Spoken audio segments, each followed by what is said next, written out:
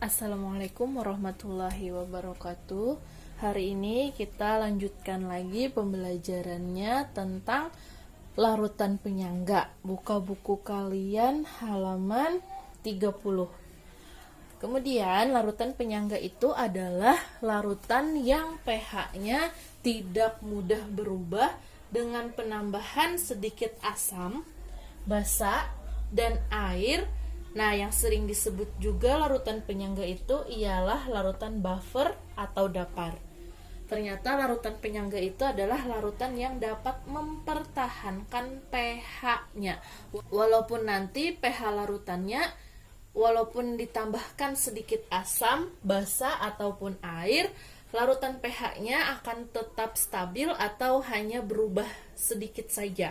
Oke, kita lihat contoh pembahasannya yang di buku halaman 30 itu. Di sana ada penjelasan. Yang pertama, ada larutan A memiliki pH awal 7. Larutan A memiliki pH awal 7. Kemudian, setelah ditambahkan asam, pH larutan menjadi 4. Setelah ditambahkan larutan asam, pH-nya berubah menjadi 4. Kemudian, jika ditambah basa, pH larutan A menjadi 10,5. Kemudian, yang awalnya 7 tadi ditambahkan dengan basa, maka dia akan berubah menjadi 10,5. Nah, dari penambahan si asam dan si basa ini, dari pH awalnya adalah 7, jika ditambahkan asam dia menjadi 4, jika dia ditambahkan dengan basa dia akan menjadi 10,5.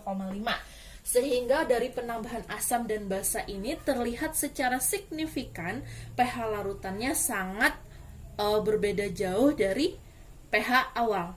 Berarti apabila perubahan pH-nya ini secara signifikan sangat terlihat, artinya dia bukanlah merupakan larutan penyangga.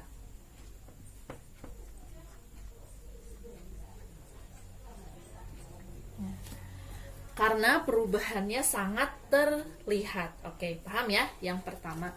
Kemudian ada larutan B. Larutan B mempunyai pH awal sama 7. Tetapi jika dia ditambahkan dengan asam, maka pH-nya berubah menjadi 6,9. Dan jika pH awal ditambahkan dengan basa, maka dia akan berubah menjadi 7,1. Dari peristiwa ini, maka pH larutan yang awalnya 7 jika ditambahkan dengan asam, dia hanya berubah menjadi 6,9, dan jika ditambahkan basa dia hanya berubah sekitar 7,1. Secara signifikan tidak terlalu banyak perubahan yang terjadi pada si pH larutannya. Maka ini artinya merupakan larutan penyangga.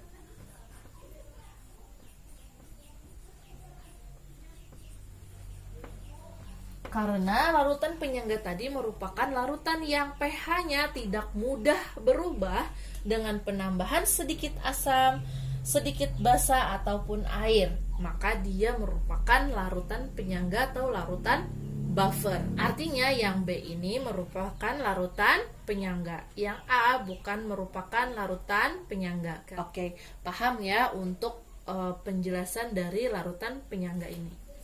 Kemudian ada komponen larutan penyangga. Komponen larutan penyangga ini terdiri dari 2 komponen. Yang pertama ada asam lemah dengan garamnya. Yang kedua ada basa lemah dengan garamnya. Kita lihat yang di buku.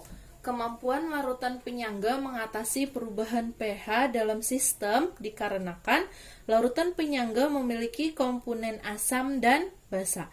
Pada umumnya, komponen asam dan basa tersebut berupa pasangan asam konjugasi, yakni asam lemah dengan basa konjugasinya, yaitu yang A ini merupakan asam lemah dengan basa konjugasinya.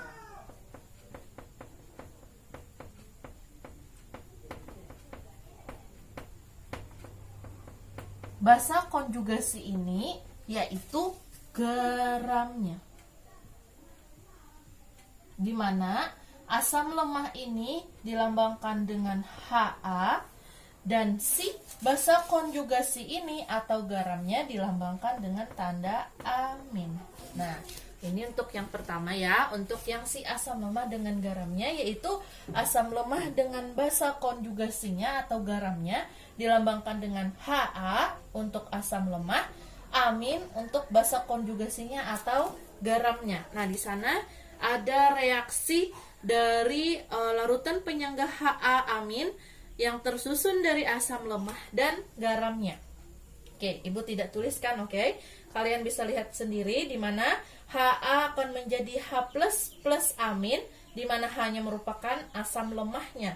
Kemudian Ma menjadi M plus amin, di mana aminnya merupakan basa konjugasinya. Oke?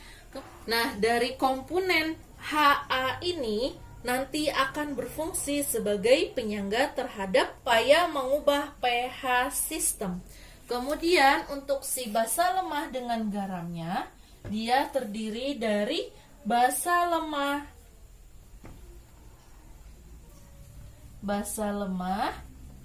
dengan asam konjugasinya. Di mana asam konjugasinya itu ialah si garamnya itu. Di mana basa lemahnya ini dilambangkan dengan B dan si asam konjugasinya atau si garamnya dilambangkan dengan BH+. Nah, di sana pun ada reaksinya di mana larutan penyangga BH+ tersusun dari basa lemah B dan garamnya BHA. Nah, itu bisa dengan BHA, oke?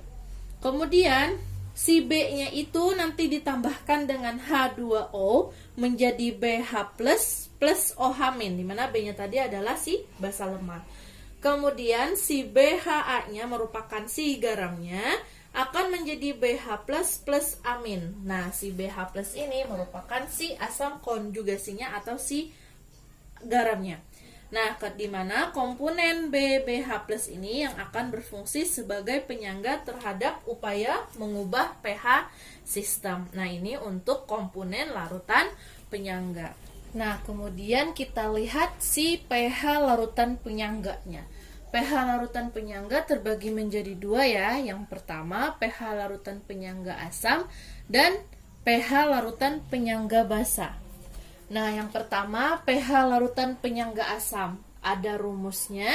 Yang pertama rumusnya ialah kita cari terlebih dahulu H+-nya untuk nanti mencari si pH-nya. Oke, itu sudah kita selalu ketahui. Jika mencari pH, kita harus mencari terlebih dahulu si H+-nya. Kemudian ada dua rumus.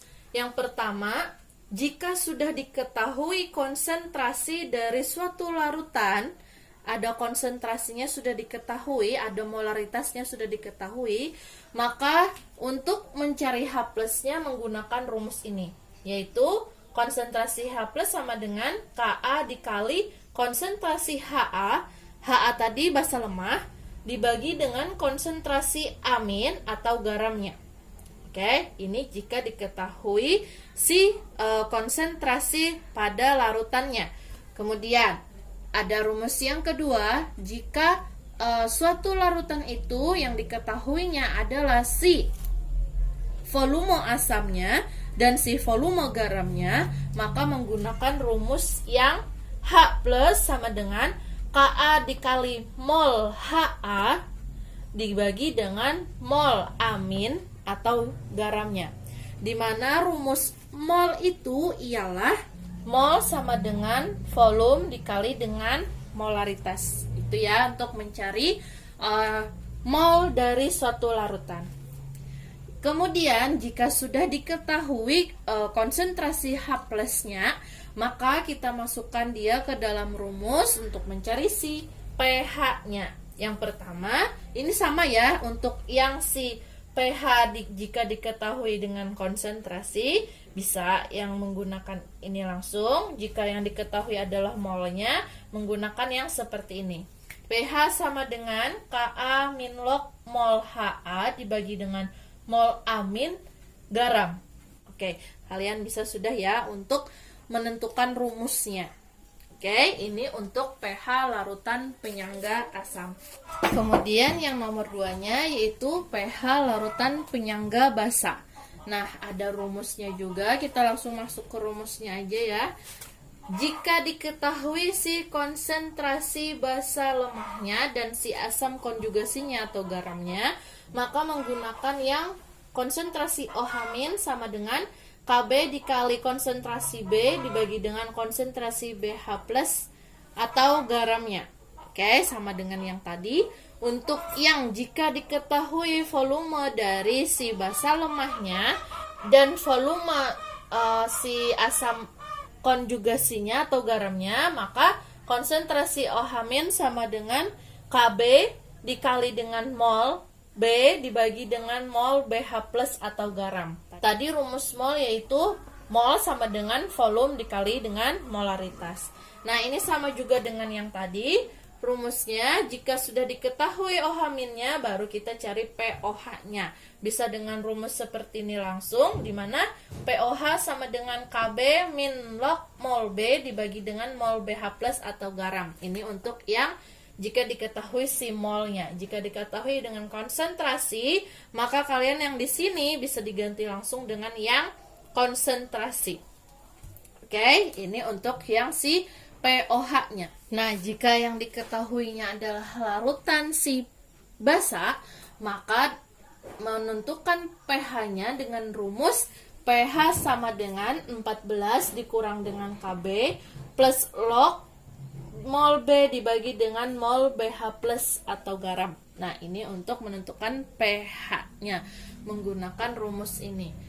Bolehkah Bu dengan rumus yang kemarin jika menentukan pH yang diketahuinya adalah basa, pH sama dengan 14 min POH, yang di sininya ganti dengan POH? Boleh. Boleh asalkan kalian sudah menentukan POH-nya terlebih dahulu. Jadi nilai POH-nya langsung dimasukkan kepada yang di sebelah sini. Jadi kalau ini rumusnya ialah yang langsung masukkan angka-angkanya ke dalam rumus ini sehingga langsung dapatkan pH-nya. Tidak menghitung berapa kali rumus atau perhitungannya. Oke, paham ya? Nah, inilah untuk mencari pH larutan penyangga basa. Kita lihat contoh soalnya. Contoh soal yang pertama, hitung pH larutan penyangga yang mengandung CH3COOH 0,15 molaritas dan 0,2 molaritas CH3COONA dengan Ka CH3COOH-nya sama dengan 1,8 kali 10 pangkat min 5. Nah, di sini yang diketahuinya adalah si molaritasnya. Berarti kita menggunakan konsentrasi si asam lemah dengan si basa konjugasinya. Berarti kita tidak perlu menghitung si molnya. Oke, kita coba cari caranya. Yang pertama kita tulis terlebih dahulu yang diketahuinya. Yang diketahuinya, yang pertama di sana ada konsentrasi CH3COOH sama dengan 0,15 dan konsentrasi CH3COONA sebesar 0,2 molaritas. Ini sama dengan molaritas. Kemudian Ka dari CH3COOH sama dengan 1,8 kali 10 pangkat min 5. Yang ditanyakannya adalah si pH larutan. Untuk CH3COOH itu merupakan si konsentrasi asam lemahnya. Berarti kita tidak perlu mencari lagi untuk si asam lemahnya. Karena kita menggunakan konsentrasi H+ sama dengan Ka dikali dengan konsentrasi asam lemah dibagi dengan konsentrasi basa konjugasi atau garamnya. Nah, untuk si garamnya, karena dia yang dicarinya adalah aminnya, berarti yang didapatkan amin itu atau si basa konjugasinya dari si konsentrasi suatu larutan garamnya. Nah, di sana larutan garamnya ialah si CH3COONA. Nah, ini adalah larutan garamnya. Dari sini kita dapatkan nanti si basa konjugasinya atau garamnya.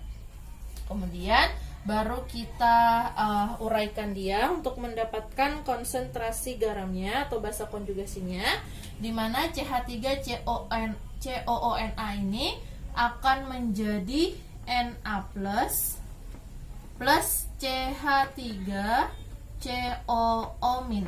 Nah, yang ini nilai di sini nanti yang kita dapatkan untuk menghitung si konsentrasi aminnya atau si basa konjugasinya.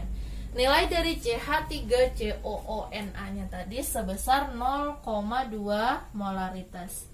Karena sini sama koefisiennya 1, berarti kita langsung tuliskan saja untuk CH3CONA-nya 0,2 molaritas. Na plusnya pun sama, berarti menjadi 0,2 molaritas juga. Sama dengan pelajaran sebelumnya, ini pun mencarinya sama ya. Untuk si konsentrasi CH3COO minnya, karena dia juga koefisien 1, berarti juga nilainya sebesar 0,2 molaritas. Nah, dapatlah kita nilai dari aminnya atau si basa konjugasinya. Nah, karena sudah didapatkan si konsentrasi basa konjugasinya, yaitu tadi 0,2 molaritas juga, berarti langkah pertama yang kita cari adalah si konsentrasi H plusnya. Berarti konsentrasi H plus sama dengan Ka dikali dengan konsentrasi CH3COOH dibagi dengan konsentrasi CH3COO min. Ka-nya 1,8 kali 10 pangkat min 5 dikali dengan 0,15 dibagi dengan 0,2. Nah, 1,8 kali 10 pangkat 5 dikali dengan 0,75 sama dengan 1,35 kali 10 pangkat min 5. Nah, ini untuk si H plusnya. Kemudian karena sudah diketahui H plusnya, baru kita masukkan dia ke pH sama dengan min log H plus. Nah, ini menggunakan yang langsung ya. pH sama dengan min log H plus, rumus yang paling awal dulu. Nah, kalau kalian ingin mencoba yang pakai langsung tadi, yang pH sama dengan Ka min log konsentrasi ini dengan ini, bisa juga. Oke. Kemudian ibu yang mengikuti di buku, karena konsentrasi H plusnya sebesar 1,35 kali 10 pangkat min 5, berarti kita masukkan min log 1,35 kali 10 pangkat min 5. Nah, kemudian berarti 5 min log 1,35. Nah, ini pH dari larutan yang nomor 1. Oke, di sana dihitung lagi lognya, di mana log 1,35 itu sebesar, log dari 1,35 itu ialah 5 dikurang log 1,35 adalah 0,13, berarti menjadi 4,86. Nah, ini nilai dari pH larutannya. Oke, paham ya? Nah, yang nomor 2-nya sebanyak 25 ml larutan NH3 0,1 molaritas dengan Kb sama dengan 10 pangkat min 5 dicampur dengan 50 ml larutan NH4Cl 0,5 molaritas. Kemudian hitunglah pH larutan tersebut. Nah, ini yang diketahuinya adalah si volume dari larutannya. Berarti diketahui yang pertama adalah volume dari NH3 sebanyak 25 ml. Ini molaritas NH3 sama dengan 0,1 molaritas. Dengan KB-nya sebesar, KBNH3-nya sebesar 1 kali 10 pangkat min 5. Kemudian ada lagi volume dari NH4Cl dengan volumenya 50 mili. Molaritas NH4Cl-nya sebesar 0,5 mili. 0,5 molaritas.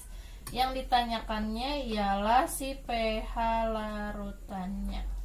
Oke, baru kita hitung penyelesaiannya. Penyelesaiannya Ibu tulis di samping, karena di sini yang diketahuinya adalah si volumenya, berarti kita menggunakan yang mol. Langkah pertama kita cari si mol terlebih dahulu. Mol si NH3. Rumusnya tadi yaitu volume dikali dengan molaritas. Volumenya tadi sebesar 25 mili dikali dengan si 0,1 molaritas. Maka hasilnya ialah 2,5 milimol. Kemudian untuk si mol NH4Cl, rumusnya sama, V kali M, berarti volumenya tadi sebesar 50 mili dikalikan dengan 0,5 molaritas, maka hasilnya sebesar 25 milimol. Nah, ini untuk si mol NH3 dan mol NH4Cl-nya. Nah, setelah didapat dari mol ini, baru kita cari si OH-nya. Tapi di sana karena yang digunakan adalah si asam konjugasinya, maka mendapatkan asam konjugasi itu dari si NH4Cl. Sama seperti yang tadi, kita reaksikan terlebih dahulu. NH4Cl. Kita reaksikan dia menjadi NH4 plus Cl-. Nah, tadi NH4Cl-nya senilai 25 milimol. Kemudian untuk NH4 plus-nya sama, yaitu 25 milimol. Ini pun sama, 25 milimol. Kemudian karena sudah diketahui asam konjugasinya, ini baru kita masukkan dia ke dalam rumus OH- sama dengan KB dikali dengan mol milimol NH3 dibagi dengan milimol NH4. Nah, ini si basa lemahnya, ini si asam konjugasinya atau garamnya. KB-nya tadi sebesar 1 kali 10 pangkat min 5 dikali dengan milimol NH3-nya 2,5 dibagi dengan milimol NH4-nya sebesar 25. Kemudian hasilnya ialah, kita langsung hasil ya, 1 kali 10 pangkat min 6. Nah, setelah ini baru kita cari POH-nya. Nah, Ibu di situ tuliskannya, oke. POH sama dengan min log OH-. Kemudian min log OH-nya sebesar 1 kali 10 pangkat min 6. Berarti 6 min log 1. Berarti pOH-nya sebesar 6. Mencari pH sama dengan 14 dikurang dengan 6 pOH-nya. Berarti 14 kurang 6 sama dengan 8. Berarti pH-nya sebesar 8. Oke, inilah contoh dari larutan penyangga. Paham ya? Yang ketiga, prinsip kerja larutan penyangga. Nah, prinsip kerja larutan penyangga ini, mengapa larutan penyangga dapat mempertahankan pH jika ditambah sedikit asam atau basa? Nah, di sana ada contohnya. Jika larutan mengandung asam lemah CH3COOH dan basa konjugasinya CH3COO-. Nah, jika asam kuat ditambahkan ke dalam larutan penyangga berarti memasukkan ion H+ yang dapat bereaksi dengan basa konjugasinya. Memasukkan ion H+-nya, oke. H+ plus CH3COO- maka menjadi CH3COOH. Kemudian jika basa kuat ditambahkan ke dalam larutan penyangga berarti memasukkan ion OH- yang bereaksi dengan asam lemahnya, yaitu OH- plus CH3COOH menjadi H2O plus CH3COO-. Penambahan H+ atau OH- ke dalam larutan penyangga akan menggeser posisi kesetimbangan CH3COOH, akan bereaksi menjadi CH3COO- ke arah pengurangan gangguan sekecil mungkin, yaitu prinsip Le Chatelier. Pergeseran posisi kesetimbangan menyebabkan konsentrasi asam lemah dan basa konjugasinya juga berubah ya. Jika H+ ditambahkan, maka konsentrasi asam bertambah. Sedangkan konsentrasi basa konjugasi berkurang. Pada penambahan OH- terjadi sebaliknya. Nah, itu kemudian perubahan konsentrasi asam lemah dan basa konjugasi akibat penambahan H+ atau OH- cukup berarti. Tetapi pH larutan penyangga relatif tidak berubah sebab pH larutan ditentukan oleh perbandingan konsentrasi asam dibandingkan dengan basa konjugasi di samping pKa atau pKb. Nah, itu untuk prinsip kerja larutan penyangga. Dan untuk aplikasi larutan penyangganya kalian pun juga bisa baca sendiri di sana ya. Larutan penyangga sudah digunakan secara luas dari kimia, biokimia, bakteriologi, fotografi, industri kulit, dan zat warna. Di sana ada peran larutan penyangga dalam tubuh manusia, yaitu sebagai hemoglobin dalam darah dan sebagai fosfat dalam cairan tubuh. Kemudian peran larutan penyangga dalam bidang farmasi, di sana ada dimanfaatkan pembuatan obat-obatan. Untuk larutan penyangga pengolahan limbah di bidang industri, larutan penyangga digunakan untuk penanganan limbah. Nah, ini soalnya ya, dikerjakan di buku tugasnya. Oke, pakai cara ya, jangan tidak pakai cara. Terima kasih banyak, semoga kalian paham dan mengerti dari penjelasan Ibu. Kalau kalian juga bisa cari di buku lain, referensi lain, internet, YouTube, ataupun penjelasan yang lain agar lebih paham dan mengerti, oke? Terima kasih banyak. Assalamualaikum warahmatullahi wabarakatuh.